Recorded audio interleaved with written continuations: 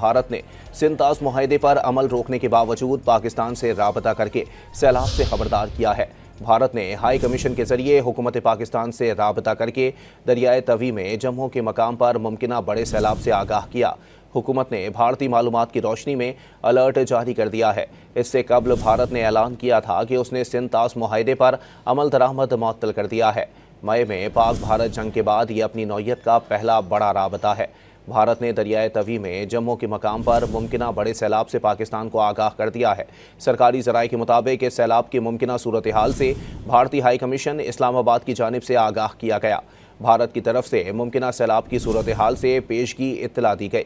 हुकूमत ने भारतीय मालूमात की रोशनी में अलर्ट जारी कर दिया है। इससे पहले भारत ने ऐलान किया था कि उसने सिंध-तास मुआहदे पर अमल दरामद मुअत्तल कर दिया है।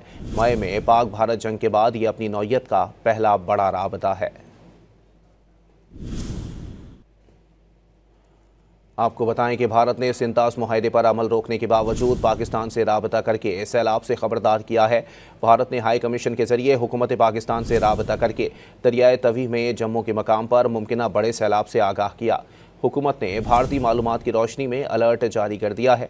इससे कबल भारत ने ऐलान किया था कि उसने सिंध-तास मुआहदे पर अमल दरामद मुअत्तल कर दिया है।